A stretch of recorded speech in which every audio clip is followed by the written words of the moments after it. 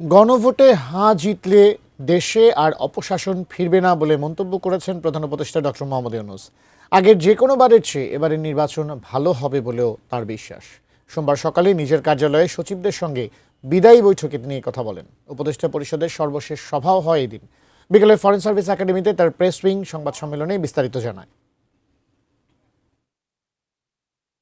গত 18 মাসে 130টি অধ্যাদেশ সহ নানামুখী কাজে অন্তর্বর্তী সরকারকে সহযোগিতা করেছেন সচিবরা। তাই মেয়াদের শেষ দিকে এসে নির্বাচনের 2 দিন আগে সবাইকে ধন্যবাদ জানান প্রধান উপদেষ্টা ডক্টর মোহাম্মদ ইউনূস।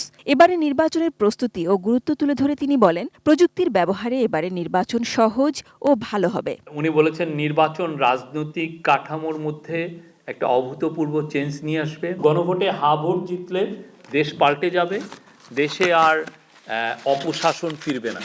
প্রবাসীদের ভোটাধিকার, নতুন ও তরুণদের ভোটের সুযোগ এবং পর্যবেক্ষকদের আগ্রহের দিক থেকে দেখলেও এবারে নির্বাচনের গুরুত্বটা বোঝা যায়, বলেন প্রধান উপদেষ্টা। এটা একটা রিফ্লেকশন যে তারা এই বাংলাদেশের যে ডেমোক্রেসির উপরে আস্থা তাদের ফিরে এসছে।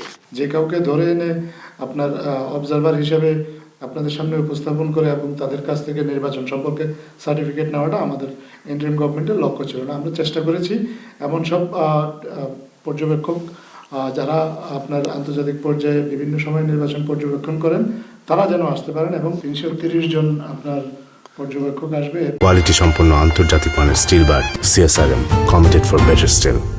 ভোটের আগে প্রধান উপদেষ্টা জাতির উদ্দেশ্যেও ভাষণ দেবেন। সম্ভবত আমাদের last press conference.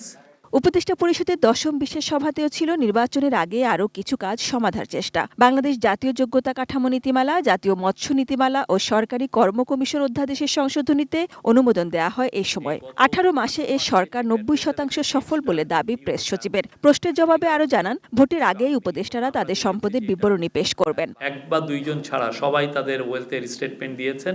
Awami League প্রসঙ্গে এক প্রশ্নে বলেন, আওয়ামী লীগ এখন কেবল অনলাইনেই আছে এবং অনলাইনে থাকার কারণ হচ্ছে ওরা এত টাকা বাইরে নিয়ে গেছে, তো ওইখান থেকে একটু হাম্বিতাম্বি করে আর কি। ওদের কোনো ধরনের কোনো পাবলিক সাপোর্ট আছে কিনা আমি জানি না। আর ওই নির্বাচন প্রতিহত করার আমি তো কোনো ইয়ে দেখি না। এই সরকারের মেয়াদে ভারতের সঙ্গে চলমান সম্পর্ক নিয়ে এক প্রশ্নের উত্তরে বলেন, শেখ হাসিনা দিনের বেলায় উনি ভালো ভালো কথা বলছেন কারো সাথে ইমেলের মাধ্যমে, আদৌ উনি ইমেল লিখছেন কিনা কে জানে, কিন্তু রাতের বেলায় কিন্তু সমানে ভায়োলেন্স করার জন্য ইনস্টিগেট করছেন। তো উনি তো ইন্ডিয়াতে বসে বাংলাদেশের মানুষের বিরুদ্ধে উনি ভায়োলেন্স ইনস্টিগেট করছেন। সাজিদা সুইটি, এটিএন নিউজ, ঢাকা।